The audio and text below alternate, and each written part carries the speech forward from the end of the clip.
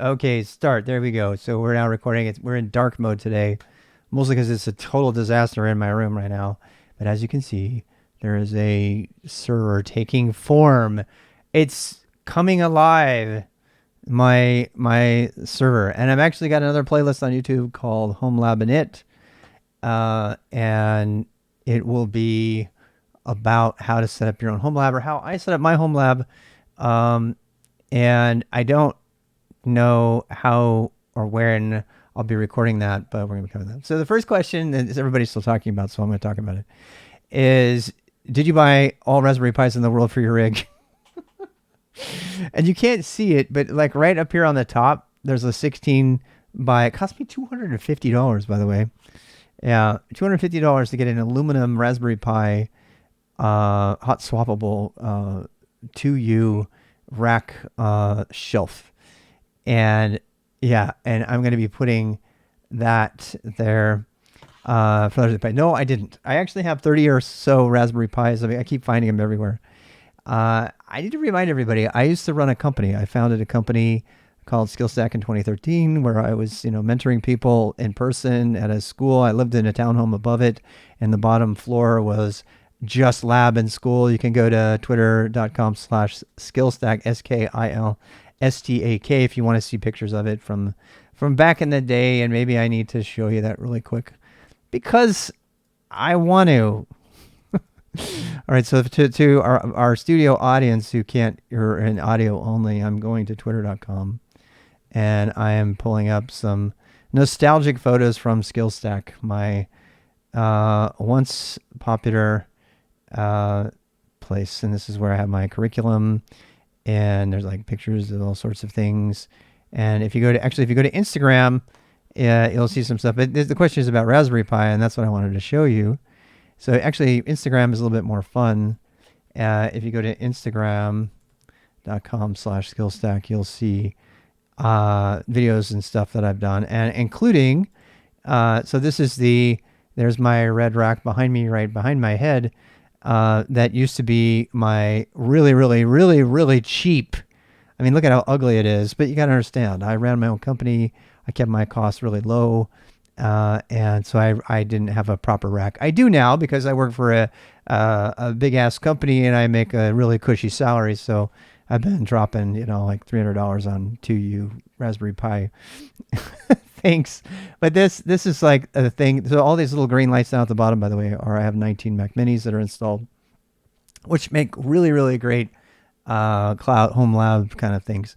So this is me organizing. That was when I had to move SkillStack into my house that I rented for 2 years. And then we moved here. And so now, as you know, the ongoing saga, we're going to be moving within a year to some other location. We don't even know where to do my wife's MFA. And we'll take our Raspberry Pis with us. But no, we did not buy all the Raspberry Pis. But this is where the Raspberry Pis came from. Oh, this was a game camp. This guy made his own, like, amazing thing. We don't know where we're going. So this is the game camp. This was a summer camp that we had, and that was my workstation at the time. But I'm just showing you this. We had lightsaber camp. It kind of stuck. God damn, these kids are so young. All these kids are in college now. They're all in college now. Oh, I just found the box with lightsabers. Yeah, I found the box of lightsabers.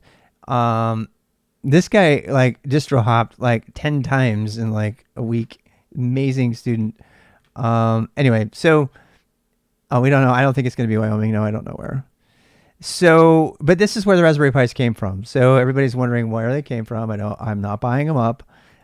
They're leftovers. In fact, so are them. People are like, why do you have all this Apple hardware? There you go. This is what I wanted to show you. This is Raspberry Pi Camp. Check that out. Check that crap out. He wrote that from scratch. He did it all himself. The entire requirements, look at this one, man. The requirements for this Raspberry Pi, in case you can't see it, the requirements for this Raspberry Pi class was just to like make one of the things blink. And he just kind of kept experimenting and putting wires everywhere and trying everything out. And he ended up making his own full-blown like microcontroller extension. And I was like, oh my gosh, this is what happens, by the way, when you give people freedom to be creative in their learning. Yeah. And so that's where the Raspberry Pis came from. So I have about 30 of them. I have assorted robots. This is the old apartment where I used to live before I got kicked out of that. You give them the freedom and know that, okay, here's Sean, this was us getting hacked. We put a cloud server up. We put up a cloud server. This is security camp. And we put a cloud server up, and the cloud server got hacked within a day during the camp. During the week-long camp, we said, how long will it take somebody to hack us? Right? And we were learning like all of these different commands, and his cloud server got hacked. His honeypot got hacked within a day. And we were sitting there watching all the stuff it was doing, and we were doing strace. This is strace. This is strace on the process that had hacked us, so we could like see what the malware was doing and track it down and stuff. It was really, really fun. Anyway, good times. No, we wanted to get hacked. The people who got hacked first, it was like fishing. Like we were fishing. So if you got hacked first, you're one of the lucky ones. That means you got a bite. So he got a bite on the first day. And somebody hacked his closet. The whole point was to show how quickly unprotected. Did you see that Royal typewriter right there, by the way? Yeah, that Royal typewriter was part of. I just spilled my coffee on myself. That's why I have a towel right here to protect myself from this kind of like mishap, because I'm an idiot and it's also really dark. My coffee cup is brown. I think I might have to add more vodka to it. I'm sure that was not a contributing factor. Anyway, are we still having fun? Master Shells, Matt, you want in? Okay, here you come. You're going to give me crap, I know, but I'm used to it. All right, wait. Give me a second.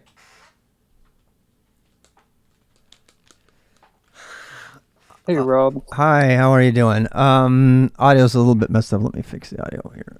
My audio...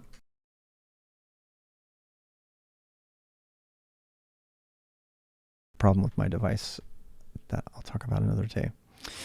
Anyway, so yeah, we did a lot of stuff there, but that's where the Raspberry Pis came from. And I promise you, the Salt open source contributed some coffee to the Salt. No, thank God my laptop's closed. Yeah, so it was only half full, or half empty, whichever way you want to look at it. And there's my old IP numbers. Anyway, do I consider myself a nerd? Do I need to add that to the list? Do I have to answer that right now? I mean, I'm going to add it to the list. Let's do that. I'll add that one right now. I'll answer that for you right now. Yes. Yes, I do. Anybody seen Triumph of the Nerds? If you haven't seen Triumph of the Nerds, then you don't understand what a compliment it is to call me a nerd. So go watch it. Seriously, if you have not watched Triumph of the Nerds, you need to. All right? Triumph of the Nerds videos. I think it's out there for free. There it is. Excuse me. 1996 documentary, Triumph of the Nerds. It's like a 3-part documentary that goes through the creation of nerddom. And if you really want to understand the origin of personal computing and the internet, there was a Triumph of the Nerds 2, it was like 2.1, I think. And that was how the internet got made. And I think it's Bob Cringely is the guy who did it. The same guy who famously did the interview with Steve Jobs, which they found old footage of, which resurfaced near the end there. There's 2.0. If you want to get a real solid handle on technology history, the most significant, I mean, you can read The Innovators, which is like a 300, 400 page book, or you can go watch Triumph of the Nerds. So if you haven't seen it, cue it up. It's amazing. It's really fun. It's from a different time. Interestingly enough, the guy who did this actually lived in Steve Jobs' neighborhood. He worked for Apple Computer when it was in a garage. And then it became so much more. So, I'll just tell you about that. So absolutely I'm a nerd. But the real question is, are you a nerd or a geek? And if you haven't seen that, nerd or a geek, back when you could actually watch, Rhett and Link. Rhett and Link have completely sold out. They're just grifters now. I used to really love Rhett and Link. This was 8 years ago. But if you haven't seen the epic rap battle of Nerd versus Geek, which I cannot show here because we're doing a thing on YouTube, make sure you watch it. If you don't know the difference between a need and did I say a neek? A geek is like I'm not going to tell you what they are. But you need to watch Rhett and Link have this nice fight. It's a really great rap battle. I think you'll really enjoy it. So they are definitely different. But like play it like 10 times and slow it down and like listen to what they say, because it pretty much perfectly captures the difference between a geek and a nerd. So that's that. That's the next question. What's your favorite tech art? Anything related to Go's logo? I really, really, really do like Go's logo. Those of you who know Renee French,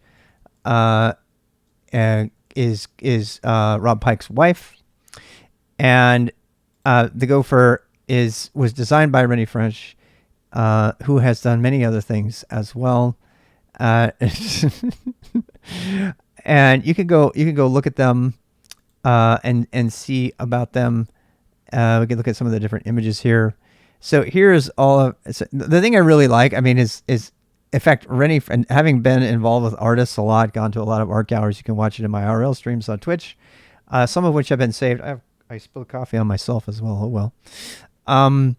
My wife, Rennie French actually reminds me of my wife a little bit. She's got that whole art look going on, and she's like really talented, and she's is she wearing Rob Pike's glasses there?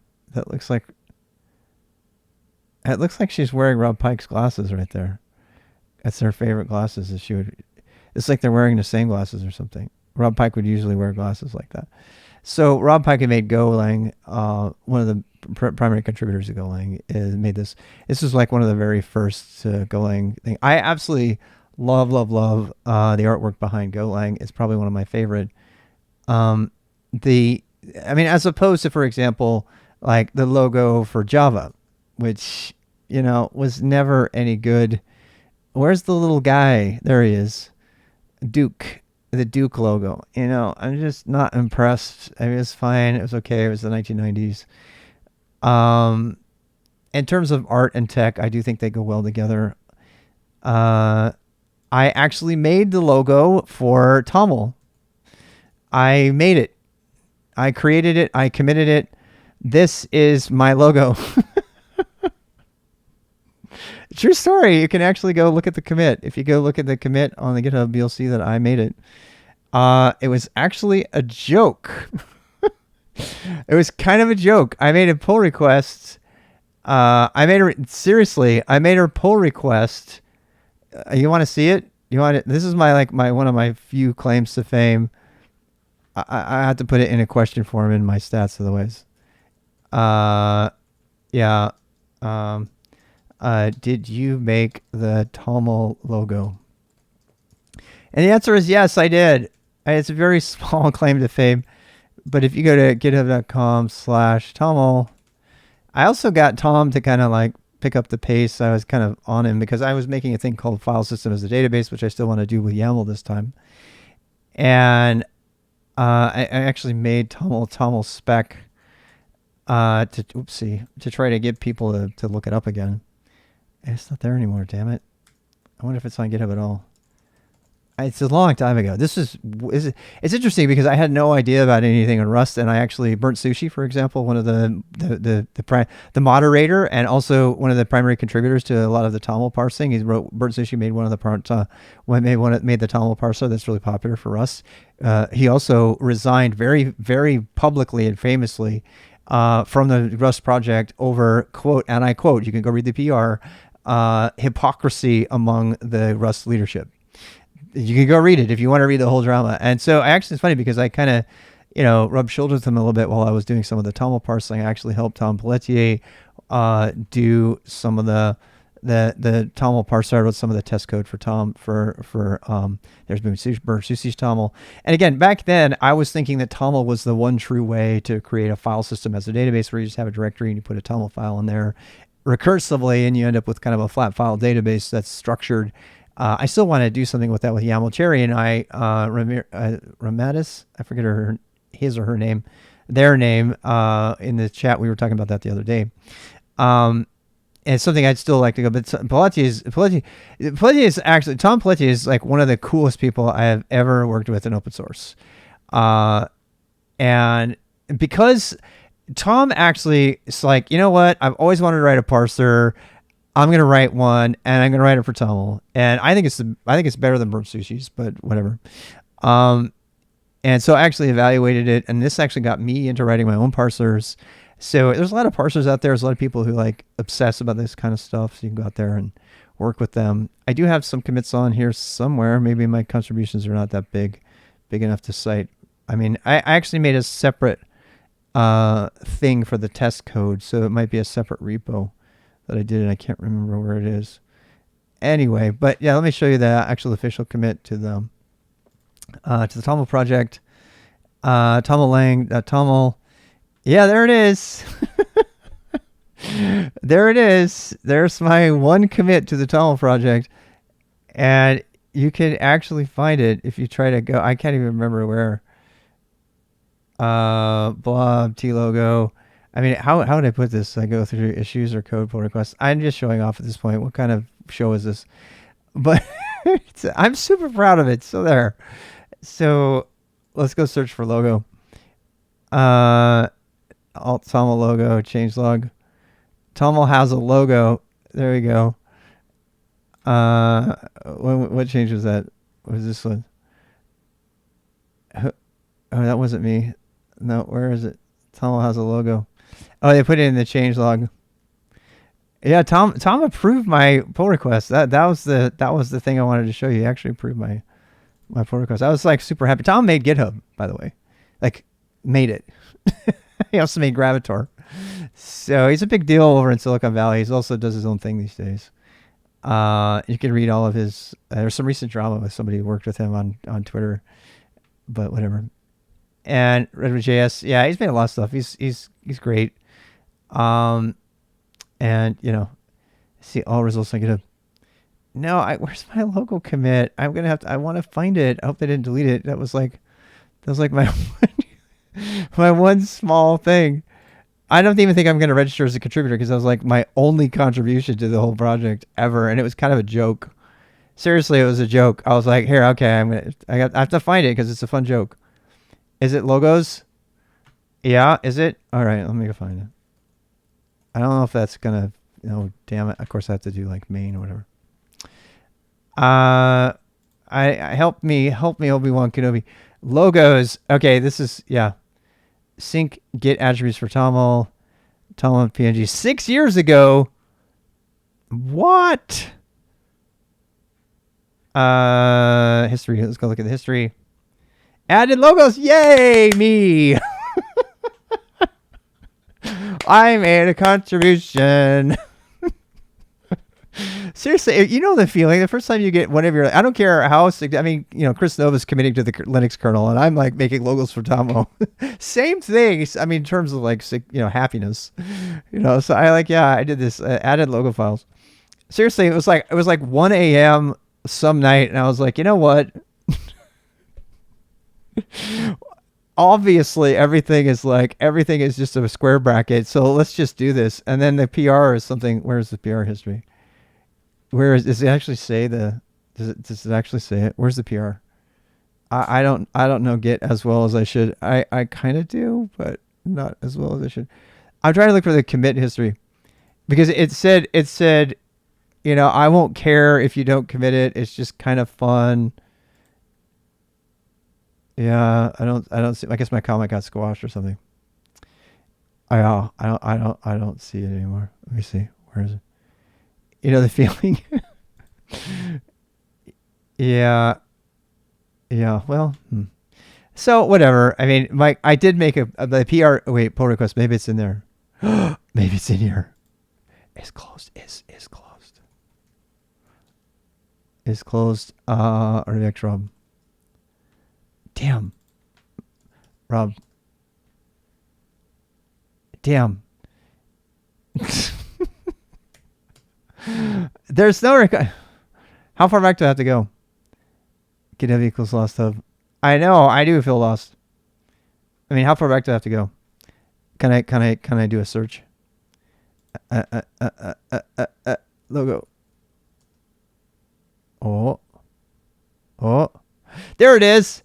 Took a shot at logos. Yeah, my feelings won't be hurt if rejected. Figured, what the hell? That was so much fun. I seriously, it was like, it was late at night. I'm like, what the hell? Let's just try this. So, because I was trying to get it to pick up steam, I actually created TOML-spec, which I think didn't get picked up. I mean, but anyway, I really like it because now they use it for everything. It's like all over. Now you can go on the internet and search for TOML logos, and I made it. It's like my logo everywhere. So there, Rust people. Every time Rust comes out, and Rust people come out to me, they're like, yell at me, okay, but I made the TOML logo. Because, Rust uses TOML. I mean, the Rust contributors are like Berzushi in the gang. I mean, they were like fundamental to the creation of TOML and making sure it became cool and all. There's many other cooler logos than mine, but it was just a shot at it. Look, oh my God, it's even on Wikipedia. My logo is on Wikipedia. I can't stop. I just can't stop.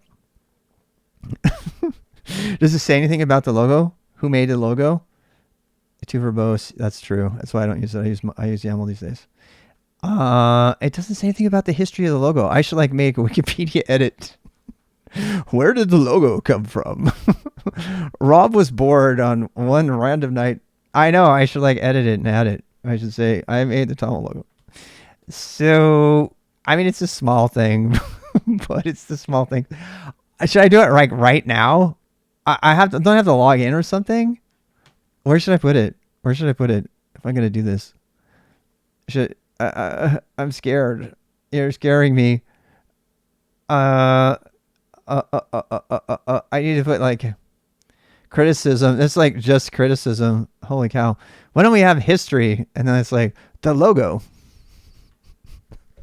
I'm kind of nervous because I don't do Wikipedia ever. Example, criticism, see also external links. Edit.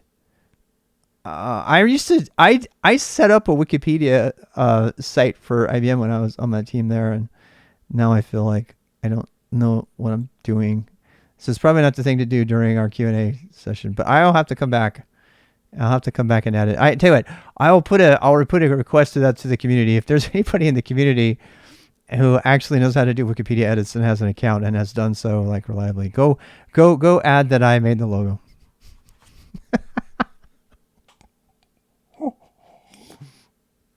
Put that on my tombstone. Made the TOML logo.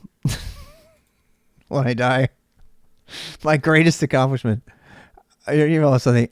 Okay. Not now, but maybe someday. I do need, however, to bookmark this. I put that in my Zettelcast then. Yeah. Zet. Create. Just a reminder. I created the TOML logo. How did we get in this? I don't remember how we got. Oh, we got on art. That was it. Yeah. I did. I made all of the skill stack art. I made the van art. Oops, wrong thing. And stuff. So I actually love graphic design. I don't spend nearly enough time doing it. I made the can logo and some stuff. I really, really love graphic design. I particularly, icons and stuff like that. That's something I really enjoy doing. I think it's a drafter in me. I used to do a lot of drafting and map making for Dungeons and Dragons and stuff like that. Do we have any other Dungeons and Dragons fans out there? Former players of Dungeons and Dragons or current? Because that really got me into that type of art. So yeah. I was going to show you the Instagram of that. I mean, this is still a question. Oh, here's my wife's page. So I am married to to Doris Kapner, who is in the other room and insisted I have coffee with her today. Oh boy, boobies, get off that real quick. She is doing sculpture. She's obsessed with sculpture lately. But yeah, and so being married to her is kind of nice because she's not really interested in digital art. And I kind of am. I'm kind of obsessed with it. I built You're talking about art, right? So I built EdTech Retreat. I get to brag about this, I guess. I in Second Life, I built the entire thing. I made this logo from scratch, including the shading and everything. I was super proud of it. I made T-shirts with that logo on it. I made a 3D rendition of the thing that like rotated over my head and blah blah blah. I mean, this was a long time. So, I mean, this was really a long time ago. This is before my divorce, etc. We had dance parties. God, we had fun. We had so much fun. And there's actually images of EdTech Retreat. So this is the architect rendering of the thing I eventually built in full. Anyway, so there's like a Flickr feed on this. I mean, you were asking about logos and art and stuff. So that's kind of what triggered this.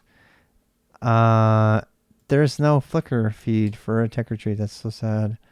I feel bad. I feel bad that all of our pictures are not there anymore. I think there's like a Twitter feed for that too.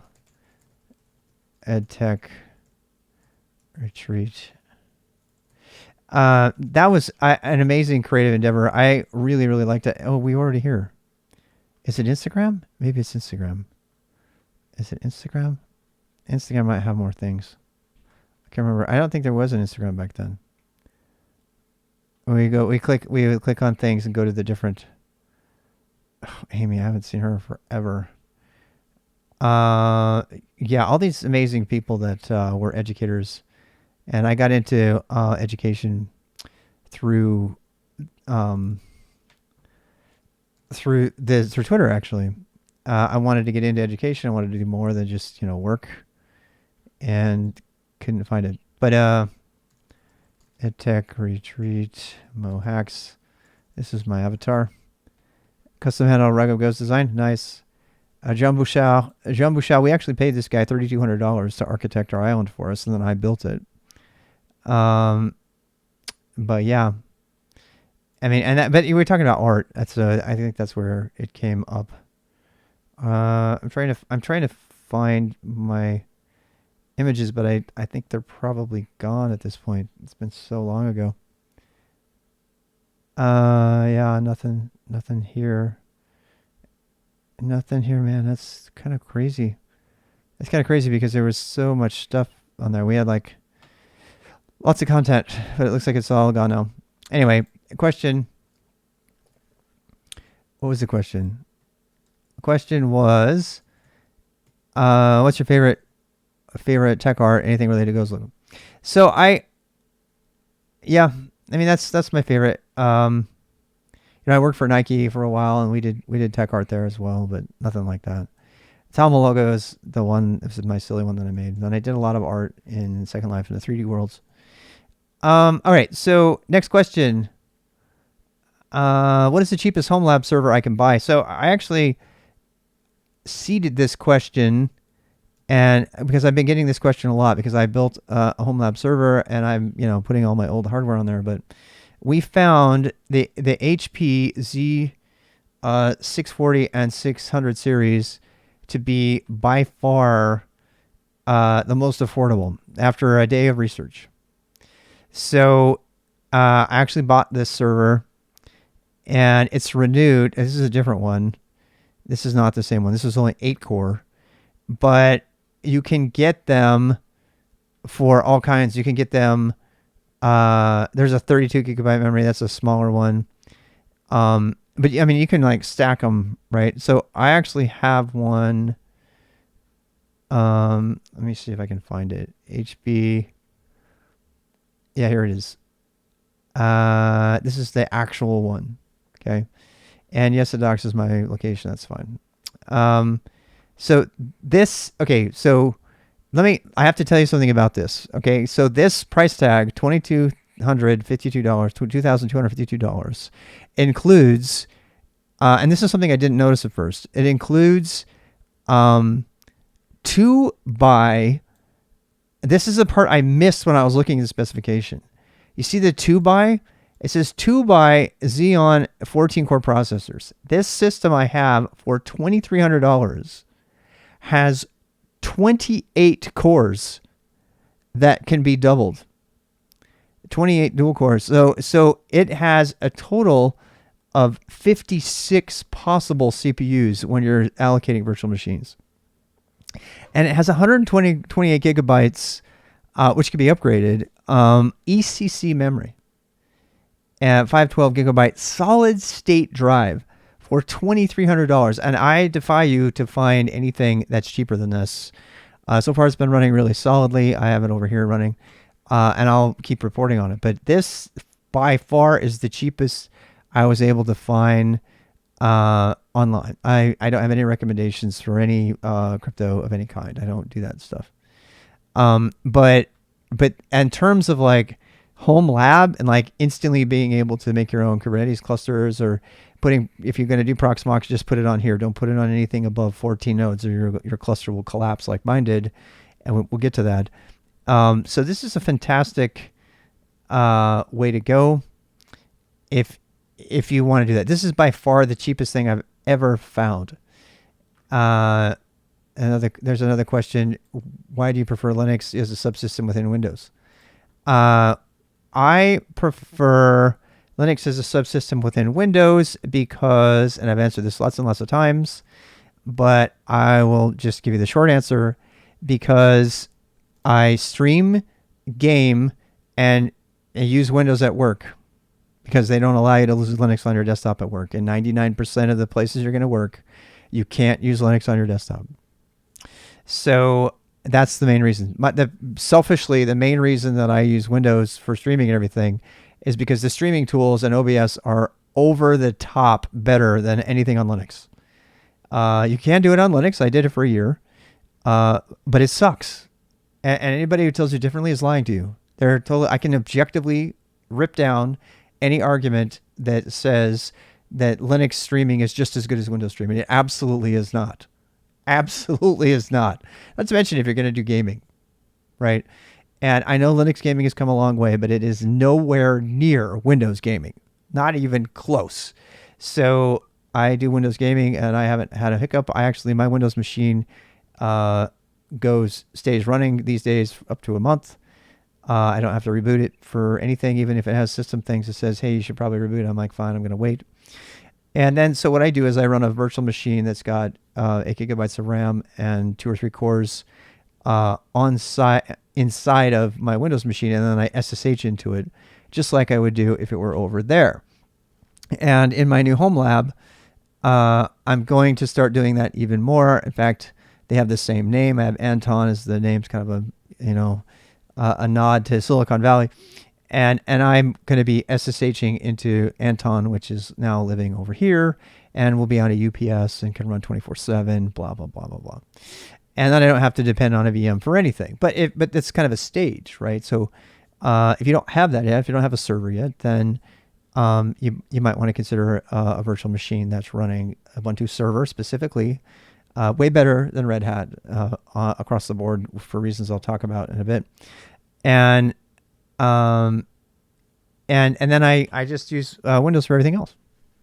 And then my work computer officially is a Mac, and I also have a Mac. So this whole bigotry about what computer you use, you just need to get over it, in my opinion, because Mac hardware is top of the line. And these Mac Minis are rock solid. I have been running these Mac Minis in my cluster for over 3 years, and they are silent. They don't put out any heat. They just are really, really good hardware, and they're just really great design. So they're fantastic for running Linux. Unfortunately, Red Hat doesn't agree that the Red Hat Linux should be run on a Mac, and so they've decided to not support it, which is one of the reasons that I abandoned Red Hat and OpenShift. And I'm going to actually talk about that now. So in a nutshell, I've been complaining about this a lot recently, and I'm just going to go out and just going to say it. By the way, if you get a chance to run Linux on your desktop, like I did at IBM for 12 years, go for it. It's a really great way. I ran Fedora on my desktop because I supported Red Hat at IBM for 10 or 15 years, and I wrote RPM packages to install software. I know Red Hat inside and out. I owned stock in Red Hat in 2002 and sold it, by the way, after they did the whole Fedora crap. So let me tell you a story. I know you like it when I tell stories, so I'm going to tell you a story. How much time do I have? Stories are easier for me to make my point. Okay, so way back when, there was a company called Red Hat. All right, so I think that Red Hat started. When did they start? Anybody know? So Red Hat started when? I want to say it was something like 99, 98. Former headquarters. Let's see, opening, blah, blah, blah. American subsidy, founded in 1993. Wow, really? Okay, that makes sense. Yeah, because 93, 94, that was when, yeah, no, that sounds about right. That sounds about right, because that was when, 94 was when I got into Linux really good. Actually, no. God, it was before that. No, they must have been, no, they just weren't popular yet. Okay, so here's the story. So, travel in time with me back to the 1990s when Linux became a thing, a big thing. In fact, right before that, Unix was a big thing. Everybody was into indigo colored, 80s colored workstations that were nice and pretty. And it was all about the workstation. In fact, that led to Steve Jobs making Next Step, which was a workstation. It was all about workstations, all about 3D, as when Pixar was created. And we moved past the PC. We moved past PCs, the Macs and the IBMs and all that, the people used to get work done and accounting stuff and all that. And we kind of moved into this new age of like workstations. Workstations were the cool thing. These were these like $10,000 systems that sat on your desktop for doing 3D modeling and drafting and whatever. I mean, like really amazing stuff. And that was also the dawn of the World Wide Web. So we started to see these things doubling as web servers and blah, blah, blah. So you go back to that time, and Unix was proprietary. There was a Unix provider called Solaris, which was founded in Stanford for free, by the way, according to the Stanford University policy, which says you can start up. Very interesting story. If you want to see, thank you for the sub. If you want to see the full story of Solaris, I cannot recommend more. It's very boring, but recommend more. Triumph of the Nerds 2.01, which goes through the creation of the internet, and it talks about McAfee or all the what's his face, who started Sun Microsystems, and then and he was. I mean, it's there's a lot there to talk about. The creation of Ethernet and all of that. So anyway, Solaris and Sun Microsystems, who, by the way, if you happen to recognize the name, later invented Java. And then marketed it for $500,000, the largest marketing budget of any language ever in history. It became a thing. So it wasn't Ellison, that was Oracle. Yeah, it was a completely different thing happening. It was very, very proprietary. No, Larry Ellison made Oracle. No, I'm thinking of McAfee, the guy who started 3Com. Oh God, let me get his name. Who started? He was part of the original Palo Alto crew at Xerox, and then he forked off his own thing. And it's like escaping me. Robert Metcalf, that's it. It's not McAfee. That's the software guy. That's the security guy. It's Metcalf. Robert Metcalf in 1979. Okay. So anyway, in this atmosphere of like, we need to, the AT&T Unix was $3,000 a seat. And so there was lots of stuff coming up. Berkeley made BSD. Berkeley, at Berkeley, they made it. There was lots of people experimenting. Torvalds across the world was experimenting with making a replacement for Minix, which was his college professor's kernel. And then he came up with Linux, but they didn't have any way to talk to anybody else because there was no internet yet. Hey, Rob. Yeah. I think the stream dropped, but it could be my internet. Oh, I hope not. Please confirm for anybody else that the stream has dropped. I still see, a red bit rate. It says you went offline. But I'm not offline. It says I'm still streaming. Yeah, but now you're back to 0 viewers. Yeah, what's up with that? It dropped 30 seconds. It's back. That is really weird. Is it back? I mean, it's back now. It is back now? Okay. Well, Yep. thankfully that'll still be in the YouTube. Mostly just me talking, but thank you. It dropped for me. Yeah, I don't know what dropped. I can't begin to guess. Maybe it's my server. I don't know. We'll see. Probably not, but everybody back. Okay, so anyway, let me finish the story. So at the time, uh, people were thinking about different versions of Unix and everything, and so there was Slackware. There were lots of options. And one of the biggest ones early on, the alternative to Unix was Solaris, which is proprietary, but it was still kind of free form, and everybody loved it because they had a better attitude. But they were still proprietary. And at the same time, Linux kind of became a thing because it's like, no, we really want something that's free. And it was actually the guy who taught me about Unix, who I said, man, I wish I had this at home. And he goes, well, you can always run Linux. And so I started running Linux at home. And and at the time, there weren't that many options. And I had a PowerPC Mac because I was doing web design and thing. And so I ended up doing mock Linux. Later, I would get a P2, a Pentium, and I ended up running Slackware for a while. And then I would try Mandrake Linux, which is SUSE. And eventually, I would use Red Hat. And Red Hat came out. When Red Hat came out on the scene, it was a big deal. Red Hat was a huge deal. And it was probably the most important free distribution on the planet. Now, they promised, that they were going to support everything and everything, and that was really great. Everybody was really behind it. And then 2002 or something came around, and they decided to make Fedora, and they said, "Look, we're going to make Red Hat proprietary. In other words, we're going to sell it to the enterprise, and we're not going to release Red Hat for use by the community, but we're going to make this thing called Fedora so people can volunteer their time and effort and build up Fedora, and we can steal all of their innovation, put it into our product, and sell it." Because that's what they did. And at the time, there was a major backlash against Red Hat. It was a serious backlash. Anybody that's that old might remember it. But they were a disaster. They were a disaster of a company making horrible decisions, moving into, not horrible decisions, maybe decisions that were in their best interest that were going to make them a lot of money, which it did. And they became the standard distribution for enterprise. And everybody else was like, man, we want to do that too. So that was pretty much the first open core company.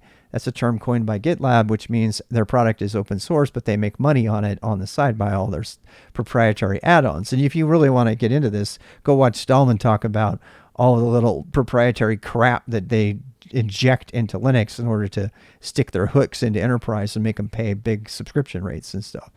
So, and that you might be fine with that. You might be fine with that, but that is not the Linux way. It is not the FOSS and open source way.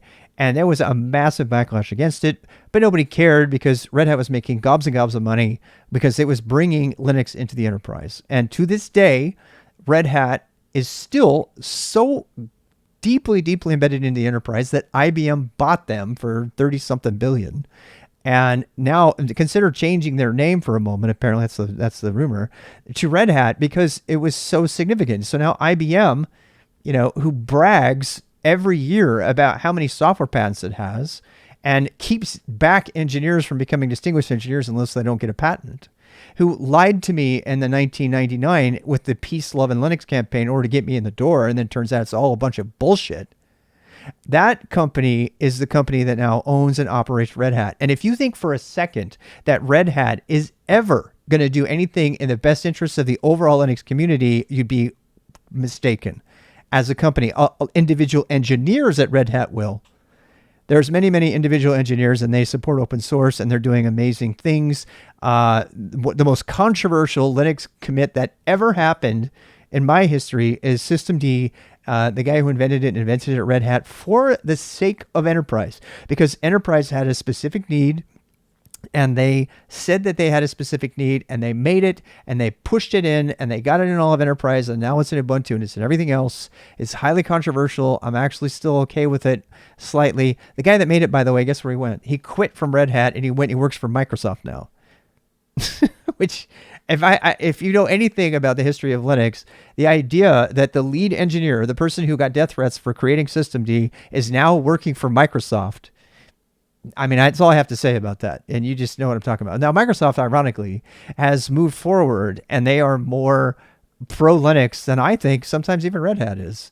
I mean, they're still very proprietary. But the point is that all of these companies that said that, in Ballmer's words exactly, that Linux is a viral operating system and any company is crazy to install it, are all like changing their tune and saying, "Oh, Linux is awesome. We're going to do it." Do you think non-system distros are a big deal? I don't know. I don't know. I don't think you can get away without system D reasonably. There's no motivation behind it.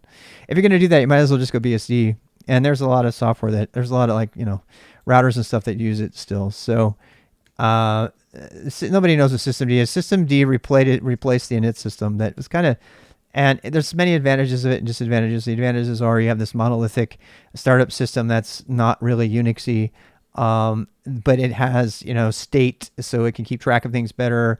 It can be more secure, but it at the cost of being this big monolith that has to be deployed and has all control to the whole system. It's a very, very controversial thing. That controversy has largely passed though, and it's now the standard in all enterprise Linux distros. But BSD Unix, which is still the primary distro used in router software and stuff like that, does not use it. And it still uses the traditional init system. So you have to go do your own research on that. I really don't have an opinion on that. I do think that we kind of have to make some, concessions. I mean, Canonical and Shuttleworth taught us that the Linux world has to make concessions with the enterprise community if we're going to move Linux forward. So it's kind of a delicate dance you have to, make in order to walk that middle line. But Red Hat is clearly not, and this was the tipping point for me. Okay. And I know the question was about OpenShift, and I'll get to that. But the question is about Red Hat and OpenShift. So this weekend, and I wrote about this on my site if you want to go read about it. This weekend, I installed Red Hat on my Mac Mini, okay, and I was like, okay, I installed Rocky Linux, and which is Red Hat, and I went through all the problems. It's got a horrible graphic installer. I mean, it's disastrously bad compared to Ubuntu Server. Ubuntu Server install is so stinking slick. I just don't have words for how good it is. And I have been using that my whole life. I mean, recently. And so then I tried to do Red Hat, and Red Hat just falls on its face. It can't do certain things. It doesn't have this other thing. It doesn't have this other thing. And no, I installed Rocky Linux, not Red Hat Enterprise Linux. Do they have a different installer? If there's a different installer, then I will have to eat my hat and go do Red Hat Enterprise Linux installer instead of Rocky Linux installer. Either way, the issue that I hit after that still applies. So we hit an issue, and I actually wrote about this in my Zettelcast, and you can go read it, where I found a forum on Red Hat that said, do all of these things if you want to get your Mac Mini to work with Red Hat networking and stuff. And it was, totally doable. It was just quite a bit of stuff. And I have like 19 of these things that I have to set up. And I was going to have to go through all of these individual steps for all of them. And Red Hat tries to have a smart install, but it really sucks compared to Cloud Init and stuff like it in Canonical. And, in Ubuntu, it's not even the same. In fact, Ubuntu could be cited as the standard for cloud-based, operating system initialization. Cloud Init is by far the industry standard for that. And so anyway, Red Hat's got this other answer. And in the forum thread, somebody says, well, this is on a Mac. And the person officially representing Red Hat basically threw him under the bus and said, oh, well, that's Mac hardware. We don't ever test on anything on Mac. And the reason that offends a guy like me, who was alive and owned Red Hat stock in 2000, 2001, and eventually sold it when they did the whole Fedora thing, is because back then, Red Hat promised the world that they were just as much a member of the overall Linux community as everybody else, that they were going to maintain that love and support for Linux on all hardware, and that we were going to continue with the mission of empowering old hardware with new Linux distro installations and recycling, old computers, which is this is the core values of Linux. If you're in the Linux community, those are our core values. that we have choice. We get to say what we want to do. We can make it so that it runs on any hardware. And to be fair, Red Hat still does run. It just takes all this extra work. And so for Red Hat official people to say, we really don't care about you if you're running on Mac, is basically just them confirming what everybody has known all along would end up happening. In 2022, the only thing they care about is enterprise, period. It's in the name, Red Hat Enterprise Linux. There's no such thing as anything but enterprise. And because people don't run Mac minis in the enterprise, because that would be silly, there's actually a lot of people who do. They're fantastic homelab machines, by the way. They're much more powerful than a Raspberry Pi. They have better hardware, and they're cheaper than a lot of mainframe, other big systems. And if you're not going to do virtualization and you want an actual hardware instance, they're actually pretty good for that. So, as long as they have Intel chips in them, and the M1 thing is a whole different question. We don't even go there. So, but, there's no plan for them to support it. But the arrogance of them to just say, oh, we don't care about Mac people, that just really upset me. And frankly, if I'm an enterprise CTO, I'm not going to care about that either. I'm like, no, I'm really happy that you're spending all of your money and time and energy supporting my hardware. Why would you even dream of wasting your energy, making sure to test your distribution on any Mac hardware at all? That's a waste of your time. And if I'm an enterprise CTO, I agree with that. But I'm not an enterprise CTO. I'm a guy running a home lab. And I'm taking all of the hardware that I have. And there is a company that has values that are consistent with that. And that's Canonical. You can throw them under the bus all you want, but the name Ubuntu means, what does it mean? What does Ubuntu mean? In a final word, in short, Ubuntu has a few meanings. When used as a Nguni Bantu term, Ubuntu means humanity. However, it is sometimes translated as I am because we are. So the diagram of Ubuntu is, the logo is like all these arms, arm and arm. And, Canonical's done some weird things. They are a company as well. But the company values have never changed. I mean, they're just as relevant in the enterprise, microcates and all this stuff that they're doing. And they're doing, like really, really amazing things. And so they're, I was saying about Red Hat. Red Hat has become the Apple of Linux. Red Hat really has become the Apple of Linux. They want to say that they're doing free stuff. They really don't care. They're just catering to the enterprise, and they just need to come clean and own it. And then everybody else can make that decision if you want to be relevant in the enterprise. But I tell you what, there's a lot of enterprises that are avoiding Red Hat. And so the reason, and I actually don't like OpenShift for all the same reasons. Red Hat and OpenShift have done everything in their power to lock you in to their product. And so, no, it's not LinkedIn. No, hell no. So the problem we have is that we have an enterprise operating like an enterprise with all of its priorities, which are to lock you in and to create systems that you depend on completely. And they've very openly, they've been very open about doing that. And they're trying to do that. And I don't want that. I don't want that. Bottom line, I want open standards. And Red Hat can tell you all they want about open standards, but as long as they control the standard.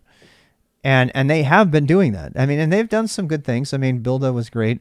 It took Red Hat to kind of go at it proprietary-wise with Docker. Docker was also one of these companies that want to lock you in. They just proved it by forcing everybody to pay for their enterprise product, Docker Desktop. So they've always been a company. They haven't really given a crap about free and open source software at all. At the end of the day, they're a company and they need to make money. And there's people in the company who like to believe that they have the needs of the open source community at heart. But then when they force everybody who's already got desktop Linux on their enterprise systems to pay money because it's a big, behemoth enterprise that's got the money, then you see their true colors show. And there's nothing wrong with them making money. They're actually legally bound to make money. That's part of what being an S Corp or a C Corp is. But they just need to own that they are no longer free and open source. They really don't care. They care about making money. And so I know I'm going kind of off the edge here, but people know that I've been kind of in the middle of the road when it comes to like corporate, enterprisey, conservative kind of, values and ethos, and, really, really off the deep end FSF kind of like, if you're not using GPL v3, you're the devil, it should be canceled. And I'm kind of in the middle there, but this whole experience with my lab has kind of shifted me back towards the FSF side. Not quite. I'm more like Torvalds. Torvalds is kind of dead center in the middle of it. He understands the needs of corporations and thinks GPLv3 is the devil, and I agree. But he would not go so far as to say everybody should put Red Hat on all their computers. He stays out of that fight completely, mostly by focusing on the kernel architectures and stuff. So that's a pretty long rant, but I feel like I owe it to everybody. Let's see if we can change the tone up a little bit, though. The open nature of Linux and proliferation of distros saves us a lot. I agree. And and somebody, let me show you another symptom of this, okay? So somebody said to me today, LBG, I think it was, who's fond of reminding me of stuff that I forget, which is always good. They said, well, we would be nowhere in the container space if it weren't for Red Hat. And LBG told me about this site, github.com/containers. Do you see any indication on this site that this site is Red Hat, the company? There's none. You have to dig. There's no official statement that this website is from Red Hat. Why doesn't Red Hat put Red Hat in their GitHub container, in their GitHub name? Because they know. That's what I think.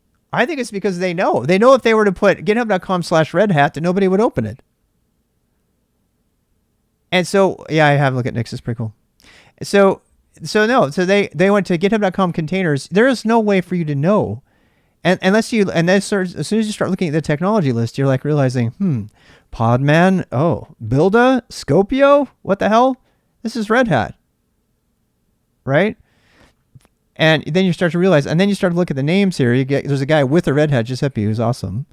I mean, look, as I said, the people at Red Hat are awesome. The company, right? So Giuseppe's really awesome software engineer at Red Hat. And the rest of them, they're not going to tell you where they work. I mean, you know who they work. If you know names, you can look at them. So this is a good example of Red Hat trying to hide the fact that they're Red Hat because they don't want to be associated with all the things Red Hat has become associated with, and that includes thumbing their nose at anything that they don't like or any of the other part of the Linux distribution. Red Hat is one of the worst Linux citizens. They are the Apple of Linux. And as far as I'm concerned, I don't want anything to do with Red Hat ever again, in terms of a distribution and as a company. I will still use their contributions because I have to. I can't avoid them, because I don't have a say. They don't care what I say. So Builda and Podman and things like that. And they'll continue to make stuff that, is used out there. And I still think that there's stuff they use, just like Apple. I use Apple products, right? But I hate Apple. I know it's hard not being a hypocrite. I mean, how are you going to get work done if you don't use it? So it's it doesn't mean I have to like it, right? So anyway, speaking of things I have come to not like recently, this is a very ranty night today, but I feel like I wasted a lot of time this weekend on stuff that I wish I hadn't, and I wish I had thought through it a little bit better. So OpenShift is, as everybody knows, is Kubernetes. Is Red Hat's variation on Kubernetes. It has some very good things in it. It to be completely honest, though, the biggest difference between Red Hat and Canonical is Red Hat over-engineers everything. And they're brilliant. The Red Hat engineers are brilliant, and they over-engineer shit, and they don't make it usable. It's one of their regular problems. And Canonical is really, really good at simplifying and thinking about usability, but they sometimes lack the engineering expertise that Red Hat has. And what would be really great is if we could get the middle of that. I just wish that they had done that. I wish, and Canonical's got great engineers, don't get me wrong, but the reason that I want to promote Canonical and Ubuntu is because their products have always been, to a fault. Snap comes to mind, right? Have always been focused on usability above everything else. I happen to think that over engineering is a sign of somebody you don't want to work with. but not so, there are engineers in this world, and if you've been around for any amount of time, there are engineers in this world who think that the most over-engineered complex solution is the best one because only smart people understand it. And I cannot overstate how stupid that is, and how those type of engineers should be weeded out and fired immediately. The IT is so complicated that the most brilliant people are the ones who can take a highly complex system and turn it into something that can be simplicity. Lock and sort of pressing. We have a comment here. My actual and first job is pushing me towards learning OpenShift on top of already existing admin products. The lock-ins are depressing. They're depressing. And so, look, I had a choice in my home lab and in my personal life to say, look, I do not need or want to learn Red Hat. And I don't want to stay current. I mean, the argument for me to put it on there was, hey, I'm going to stay current. I'll be able to get a good job. I'll get my RHCE and I'll be good to go if I want to be an infrastructure engineer. And if you want to be an infrastructure engineer today, I am very sad to report that you cannot be one if you don't know Red Hat. You have to know it. But there is a certain percentage of jobs out there that people are hiring either container-based or DevOps or cloud native. And there are some big shops, I imagine, I haven't seen any, that actually use Ubuntu Server. And I have a choice. And my choice is to prepare for those jobs, even if that job is way, way, way harder for me to find. And this goes for Rust and Go. And I just to compare it, I once advised somebody who ended up getting a job in InfluxDB doing Go programming who also knew Rust. I told him point blank, I said, you go for it. Go. You guys won't believe this about me, but I actually encouraged this guy to go find a Rust job. I said, look, you're going to have to sacrifice. You might have to move to Germany. There's lots of Rust jobs in Germany. But if that's your real passion, then you're going to have to make a sacrifice and find a company that has it. And he came in one day on his own to me without me saying anything. And he says, I'm starting to think that I should learn Go so I can get the job, and then I can just have Rust and do that on the side until it gets big. And that's how he got the job. That's exactly how he got the job. Because all of InfluxDB is in Go, except for the Flux language, which is in Rust. And he ended up getting a job working on that. The point is that you don't have to pick the mainstream stuff, ESXi. I mean, you don't have to pick those things. I'm gotten older, so my picks are largely in line, and training you is largely in line with what's going to get you an immediate job.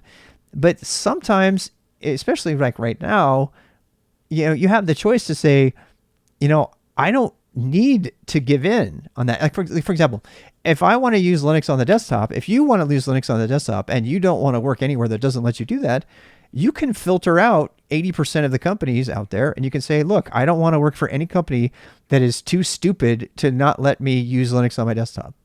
And I used to joke with my old manager. He's gone now. He left. He retired. But I used to joke with him after he hired me. I was like, if I had asked that one question, I would never have taken this job because they forced me to use a Mac or Windows. And after using Linux on the desktop for 12 years. And I adapted, and I'm using VMware now and everything. But seriously, if you're interviewing, you can choose. I guess that's the point I'm making. You can choose to say no. And there's never been a time when you could be more picky, especially if you're good. You can say, look, I don't, no, you're going to make me use Windows every day. Goodbye. There's 10 other people down the street that'll hire me. I mean, but you have to make your own decisions. If you want to make your chances for working in a place, a lot of just some cloud platforms use Linux. They use it on the server, of course. But you can do the same thing. You can make a choice. You can say, I don't want to work for any company that uses Red Hat servers. Right?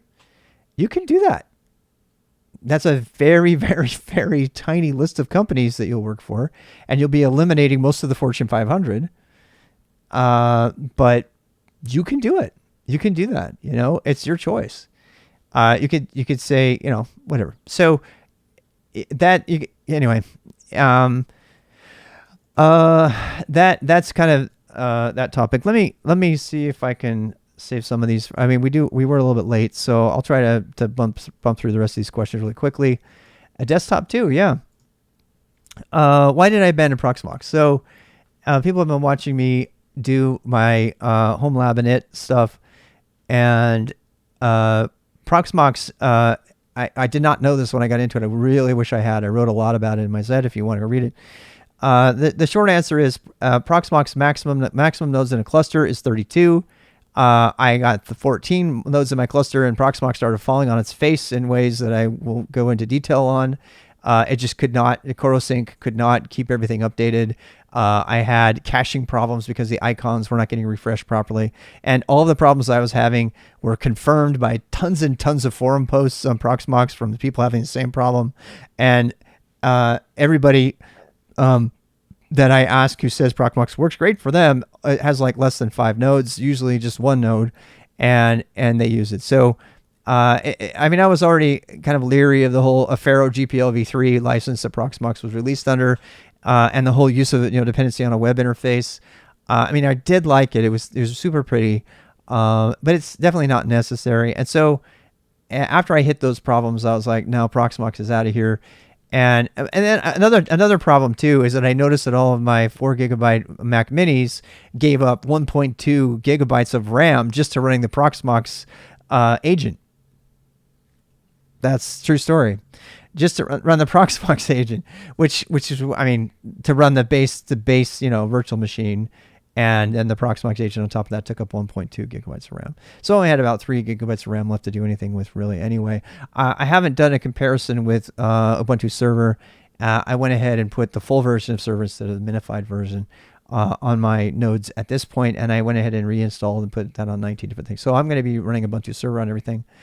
And then I'm going to be running KVM and libvirt and virt manager from my main server directly, and then I'll set up VNC and stuff like that from it.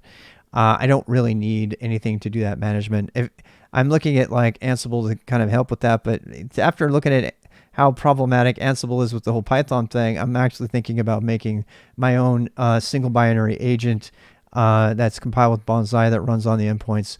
That does essentially what I did when I was at IBM, and I wrote an entire infrastructure framework there for audit, compliance, and security for 52,000 machines. I'm thinking about doing the same sort of thing and Go just as a fun project. It's a home lab. That's what they're for. And I absolutely hate all the solutions that are out there right now because they require Python virtual environments, and they overstep in what they do to the virtual machines. And if you still are running on Iron and you don't want to run on a VM because you're going to take a 30% loss to your containers, that's another stat I found. I switched to KVM VirtBox from VirtualBox VMS. Did you really? Cool. And I mean, I really think KVM is the way to go. KVM is the basis for all major cloud providers now. And it's going to be the future. And so anything that I can do that plays in the KVM space is going to be more relevant long term, and it's also fun. So I am going to be writing. I'm looking at Salt right now, but that's also Python, and I was like, eh.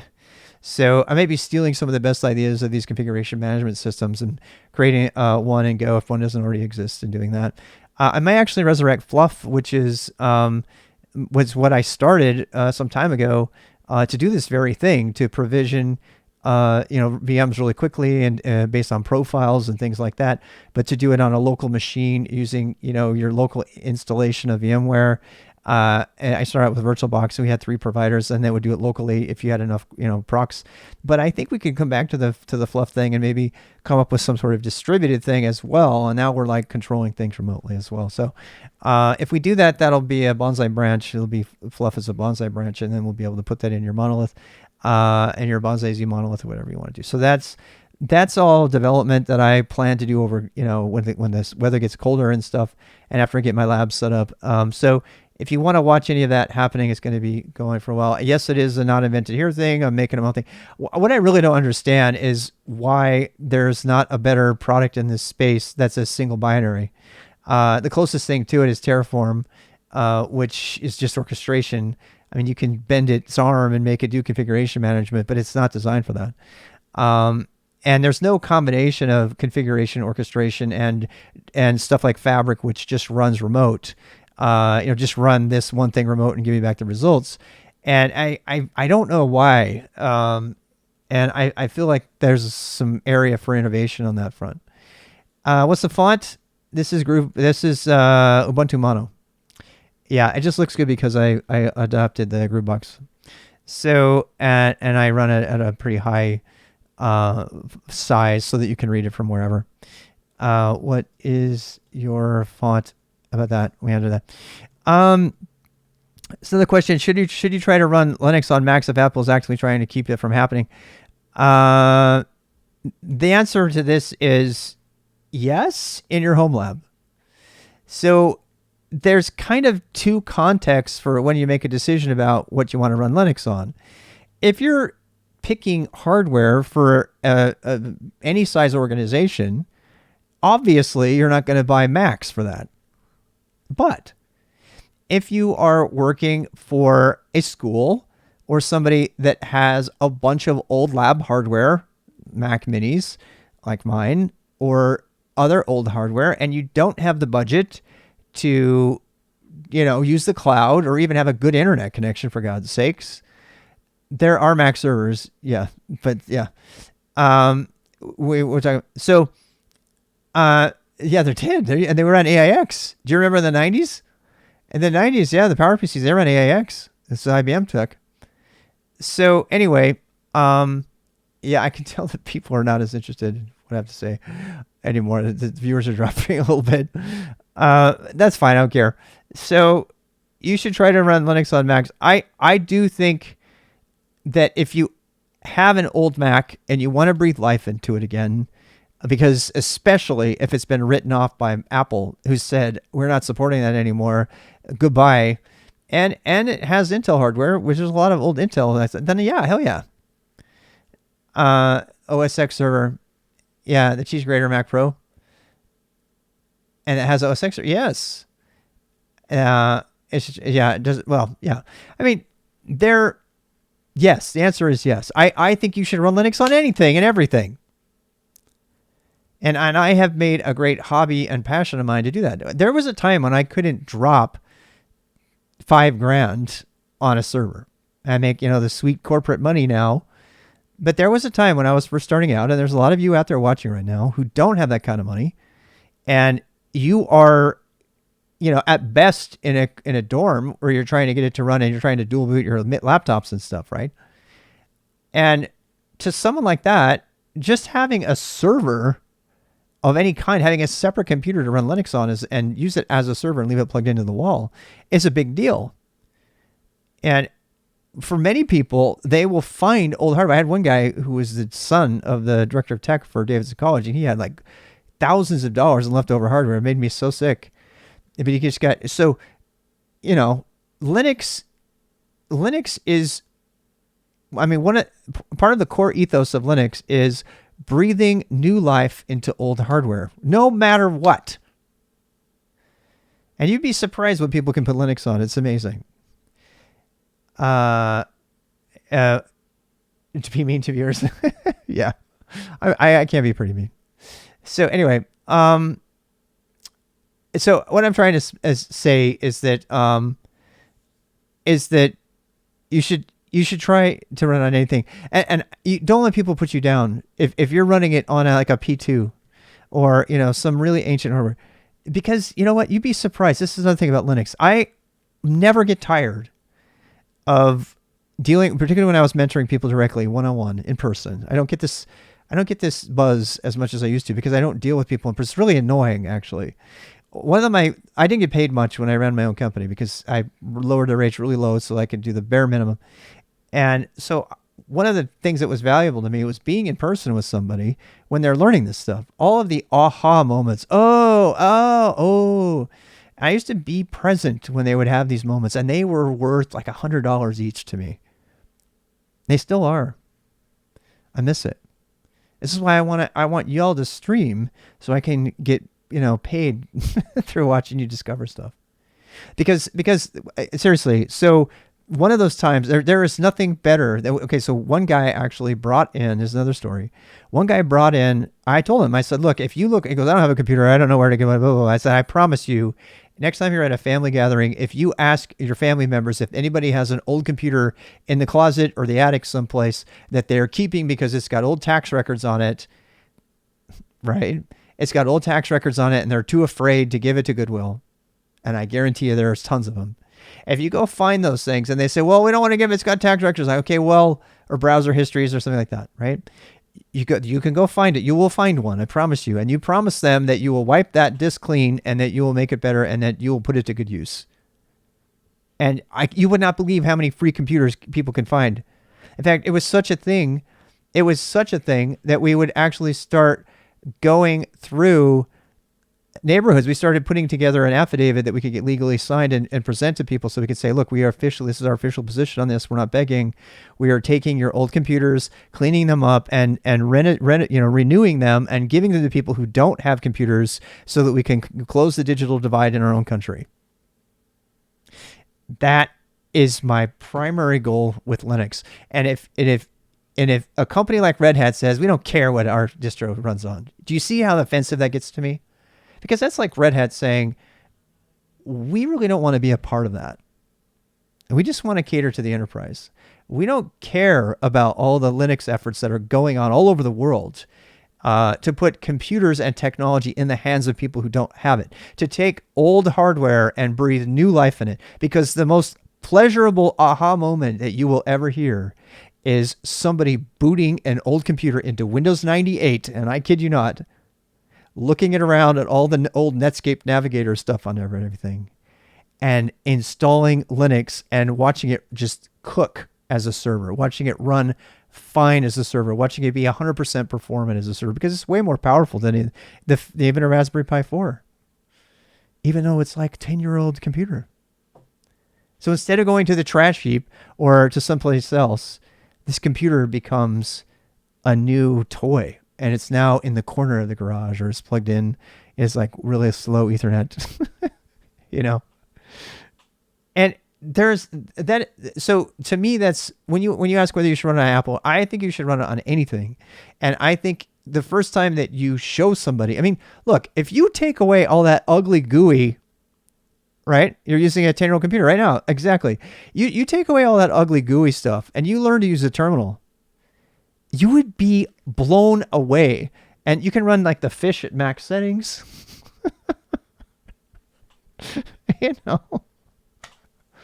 And if you're using VI, you're not going to get any lag at all because it's VI. VI's rate is supposed to work on 300 baud. So, all of these things make using, computers really fun again. And in fact, if there's one reason to try Linux, is it makes computing fun again. Using Linux makes computers fun to the right person. Not everybody wants to use a terminal and see what they can do with all of these important. These kind of people, by the way, are the kind of people that will get a pair of wire cutters and strip down old serial cables and cause them to control other electronics and shit like that. And maybe they never did it before, but they just want to experiment with that. That's the kind of person that gets really into this kind of stuff. Working with Linux and OpenStack all day. Ooh, you'll have to talk to us about OpenStack. I actually want to, OpenStack's all Python, unfortunately. But I am thinking about learning OpenStack, because I think OpenStack would be better than something like Proxmox for even a home lab. And by the way, OpenStack, there's lots and lots of work in OpenStack. Yeah, if you learn OpenStack, that's something that's an open source, very, very open source technology that is, but apparently they're really, really, really bigoted about Python. Yeah, Tony Fa reported that he tried to commit add some projects in Go to the projects, and they were denied because they were in Go. And when I heard that, I was like, oh, I don't know, man. I mean, they're that into Python, that they don't want to even consider other languages. So we're kind of on the cusp of a lot of other stuff. Hey, how's it going? South Korea. Love having you. I love South Korea. I cannot wait to go one day. I want to go to South Korea so bad it hurts. Pythonic is in nature. Yes, that's right. Yeah. So, who about all the pies? I have a few. What did I change my title? Please tell me I did. Okay, good. I guess I didn't. I thought I did. I did that same thing I did before again. I thought I changed the title. I didn't. All right. Well, let's wrap up the stream here. Singapore, fantastic. Oh, I love Rancher, Desktop Rancher, but it's got a problem. What is a data lake? I have no idea. What is a data lake? I am a nerd. We talked about that already. Yeah. You go back and watch the YouTube video when I post it if you wanted. A data lake is a centralized repository that allows you to store all your structured and unstructured data at scale. You can store data as is having to first structure the data. I'm not a fan of data lakes. It's fair. I've been a relational database person my whole life. If you look at like MongoDB and a bunch of people that have tried to do object databases, and you see them fall on their face and end up deploying a relational database later, you'll see the problem. I think you should start with a relational database up front. If you need a database. If you don't need a database, you might be fine with just files, actually. I know that's heresy to say it, but yeah, but I'm not a fan of that. So yeah, corporate, yes. What do I think of Web3? I hate it. Web3 is disastrously poorly designed. It's horribly over-engineered by extremely intelligent people who have no practical sense whatsoever. And these are my worst type of technologists. If I detect that type of technologist in real life, whether I'm working with them or I see them at a conference or at a pub, I will do everything in my power to get out of the room and go somewhere far away from them. Because, yeah, SQLite, exactly. So, people who don't understand why Web3 is a bad idea are not thinking in practical terms. I absolutely despise engineers who are not practical, who do things because they can, who like to pick technology because it's cool and because it's complex. I despise technology for technology's sake. Yeah, I'll go swing in a hammock. I will.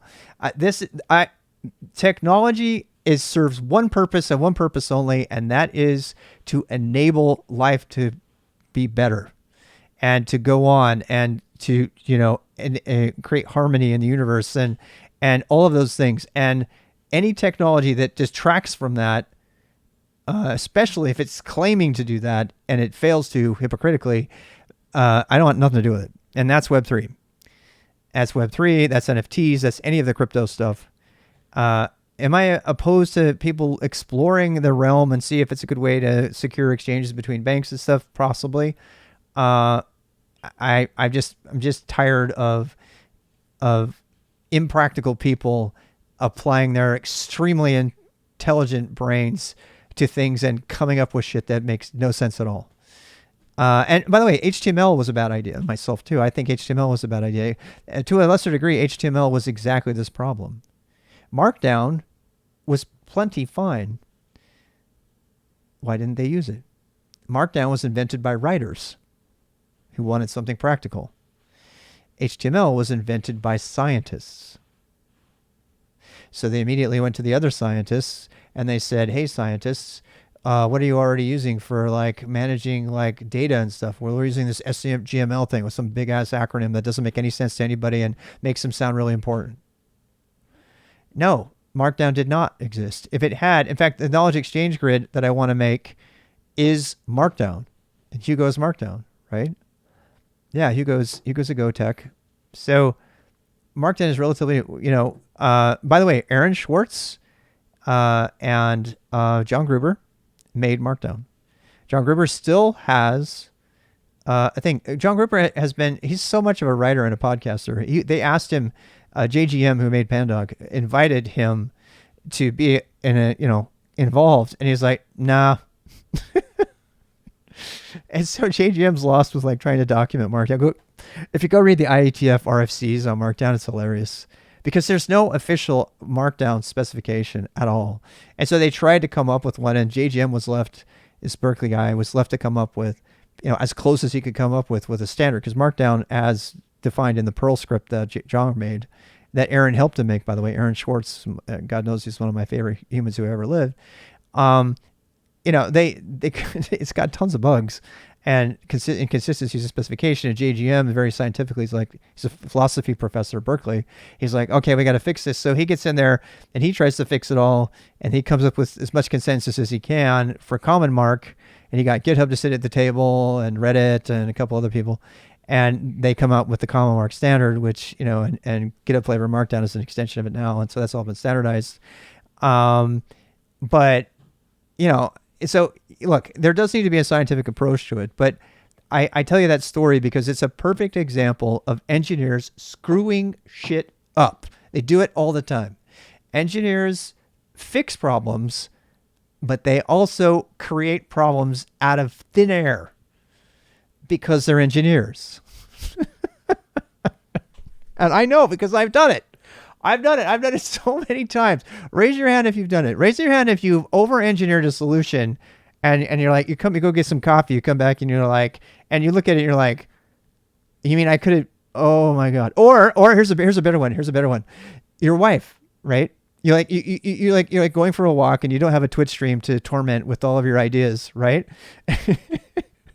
Yeah, and you're talking to you're like tormenting your wife with like technical knowledge, right? And she's trying really hard because she loves you to understand what you're saying, and she's trying to follow you because she loves you, and you try to follow her art stuff and everything, and out of nowhere she says, "Well, what if you did this?"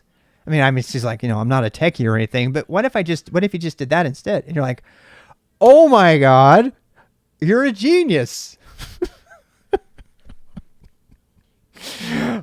Oh, yeah. It's like, so, you're going to come in and comment on that? I'm just wrapping up. I was just telling him how you have to have somebody who asks, why are you doing it that way? Ooh, beef uncured hot dogs. By Mark Wahlberg. Mark Wahlberg is making hot dogs now? Wahlburgers. He has a whole restaurant thing going on. Okay. Can you turn the light off? Thank you. Well, actually, I need to talk about tech. How many things does that break? Why couldn't this just be simple? Why did I have to make my documentation website use JavaScript? IBM. I posted that on Twitter today. Seriously, all of IBM's documentation site requires JavaScript to read it. Ask yourself, how come that's a bad idea? So Web3 to me, I mean, to answer the question, what do you think of Web3? I think Web3 is the epitome. It's like if you took all the people, if you took like the whole Rick and Morty idea where you can separate the toxic selves from the good self, if you were to take all of the toxic over-engineer self from every engineer and you were to put that in a big vat of actual, goo in Rick and Morty style, and you were like, have it like take on some sort of like nebulous form that could communicate, it would create Web3. Because that's what it is. Web3 is the absolute worst possible design from the most over-engineered, impractical, frankly idiotic perspective you could ever imagine. And I that's all I have to say about that. It makes me really happy that at least I have my feet on the ground, and that sometimes I'm actually happy that I'm dumb compared to some of these other engineers, because it causes me to think things through more. I can't, spit out, complexity theory algorithms or do lambda calculus, at lunch. I'm not that guy. I can't do that. So I'm glad sometimes because it keeps my feet on the ground and it makes me think through things. And ask questions like, why are all these dashes in all of our command lines? Getopt is a good example of over-engineered crap. When somebody created a user interface that was an engineer, it's like, we'll put one dash here for this, we'll put two dashes here, we'll allow colon for this. And that's why I made Bonsai, because I am a practical person. I don't like when people over-engineer stuff. And one of the most over-engineered things ever is Getopt. So that little rant about that. No experience with Snort and NIPS or NIDS. I wish I did. I'm super sorry I can't talk about that. This is just the whole idea of looking at logs all the time and studying those and combining them all. That's been around since the days of like centralized system log daemons, but it's still a thing. I still think it should be done. What is NIPS? I don't know what NIPS is. Network Intrusion Detection System, umbrella term for combination of hardware and software. That's cool. I like the concept from what I understand of it. This is a system that attempts to detect hacking activities, denial of service attacks. I think these things are cool. I really do. I don't have anything. Mine is just old school tripwire where we just like checksum every file on the whole system, make lists of exceptions, and then watch for things to change. Security is actually a lot simpler than most people make it out to be. kind of in that practical sense, all you really have to do to ensure a system is secure is track everything on the system and tell you when anything changes. You don't have to have fancy signatures that can be gotten around by compiling the same malware in Go that was in C before.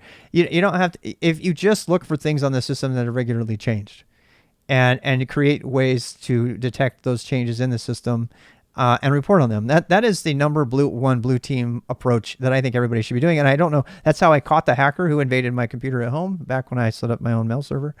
And that's how everybody should be doing it. I don't understand why it's so hard. The defender defeater. Yeah. What is LDAP and how I should use it? So LDAP is a lightweight directory access protocol. This is something that came from the 90s that was used to put group information for corporations and stuff. And it is still used a lot. It's used in, we've talked about it before. We talked about it with, I want to say Hayden, and with free IPA and some things like that. It's built into Active Directory now as of May 2022. And it's the way that you get group permissions once a person authenticates to see if they can do things, if you can authorize them to do different things. I think everybody should use it. It should be a part of your system in your identity management and how you do things. We will be putting OpenLDAP on my lab here, probably in the form of free IPA, although I'm a little bit leery of free IPA now that I've been looking back at NIS, which is really old tech. But I want to see if there's something related to that before I make a decision. Right now, I'm just doing localized logins on everything, which is more zero trusty because it does use certs for all that. LDAP is not a Windows thing. No, LDAP is if you do a search for LDAP, you're going to get a lot of hits for Azure and Active Directory these days because that's usually where people are deploying it. But it's actually way older than that. Yeah, on Linux, Linux LDAP has Kerberos built into it. Kerberos is the name of the three-headed dog, Greek dog that was guarding whatever, and is MIT technology designed to do password authentication without ever sending passwords over the wire by exchanging data that's been signed using public key cryptography. So Kerberos is the standard. Even if you're not using it outright, you're using it inside of other things. Kerberos is built into PAM, for example, and Linux SE and LDAP and everything else. It's just not always front and center. The tickets that nobody really understands exactly. If you're familiar with Wireshark, yep, it's another one. Yeah, and you can watch LDAP over the wire too. These days, LDAP is secured and over encrypted connections, but not always. But most of the time these days, LDAP is used to give information about an account regarding what things it's authorized to do and what it can do. Roles, we'll say role-based authorization. But it can be used for authentication. The first part that says I am me, but that I am me thing is now taking place elsewhere in Kerberos and other things that are, and then LDAP provides the other data. Did I get that right? It's still useful and not over-engineered. I think public key cryptography is not over-engineered at all. I think it's actually the only natural way to do it. It's the other things you call smart are harmful. No, absolutely not. No, and there are some things that have to be complex. Cryptography is one of those things. And I accept that, right? I don't think cryptography can be, although you can make the argument that some of the cryptographic algorithms failed because of over-engineering. If you, I'm not going to get into it, but if you chart the failure of Blowfish or RSA or any of the other ones that are no longer officially good, you might, uncover the fact that somebody was getting really clever and their cleverness ended up being their downfall. But we do need cleverness, so don't get me wrong. So my favorite XKCD about this is, you guys know the XKCD about the password thing? It's a perfect example of this over-engineering concept that seems to be the theme today. Does anybody have a link to it? I'll go find it. XKCD password. It's one of the most popular password. Here it is, right? Wait. Oh, troubadour, common substitution, gibberish. No, that's not it. Where is it? That's not it. Enigma. Too complicated, just enough to use it effectively. Yes, it was. Dang it. Where's the one? Do you guys know what I'm talking about? Password. Passrod. Exit password encryption. If you know what, it's an XKCD about the encryption thing. I'm trying to find it. I can't. It's taking me forever because I'm slow. Or is it? You just have to look for a club. Yes. Where is it? I love it. I love it. I can't find it. I'm gonna spend all day trying to find it if I can't find it. You guys can try to help me find it. It's the one where he talks about his algorithm for defeat cryptography. How to defeat password cryptography.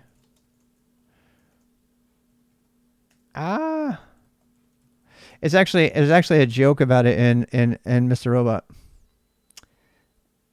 Oh, here it is. Yeah, this is the one. Okay, so here we go. A crypto nerd's imagination. His laptop's encrypted. Let's build a multi-million-dollar cluster to crack it. No good. It's 4096-bit RSA encrypted. Blast. Our evil plan is foiled. What would actually happen? His laptop's encrypted. Drug him and hit him with a $5 wrench until he tells us the password. Got it. This is my favorite because this is exactly how this is engineers over here, right? And this is like practical dumb people. Threat models are a thing. They are a thing, and it's like you spend like multi-billion dollars on the door and the wall next to it is 2x4s and drywall. It's like, but then they don't think about it. This is a pretty common meme out there, by the way. They're not dumb, right? They're not. So you see engineers. I mean, it's, and I think that this problem comes about because people overthink the technology, either because it's exciting to them because they really get off on mathematics or something, or some other reason. I don't know why, but they don't. Accidentally locked. ZQ says I accidentally locked my keys inside a comm closet today. Then I realized the door was on backwards, so I just stuck a piece of metal in there and opened the hatch. Probably a vulnerability. Absolutely, that's what I'm trying to tell you. Yeah, it's fun. It's fun to talk about. It's horrible when you experience it. So that seems to be kind of the theme today. I hope no one gets overly bent out of shape by my picking on engineers. I am one, and I am the first one to tell you that I've made tons and tons of mistakes because I overthought something. And some of these projects I threw away. Do you guys remember that parser that I made where I made my own Go sub-language to do all the parsing? And I was like, why don't I just go? And I totally threw the whole thing away. I threw like 3 weeks of work and an entire documented sub-Go API for this language that I had created, and I chucked it all. And I replaced it with like a one-rune character scanner instead. And then did code generation when necessary. And I was like, oh my God, what was I thinking? And, we're going to go through those times. That's just human progress. But, and I really shouldn't beat people up for over-engineering things until they get like all, white towery, ivory tower about it. It's like, you're going to use what we give you and you're going to like it. And people get like that, I lose my patience. A lot of over-engineering actually comes from corporate and management, not from engineers themselves. I agree. Let me give you an example of that. One fun in the crypto Web3 job. You experienced it firsthand, really? So let me give you an example of that. The management screwing stuff up, okay? This is a true story from my buddy Brent, who worked in the military. I taught him Linux, back in the day. He had taught me Solaris, and he was kind of my mentor. I was the first official system admin job I had.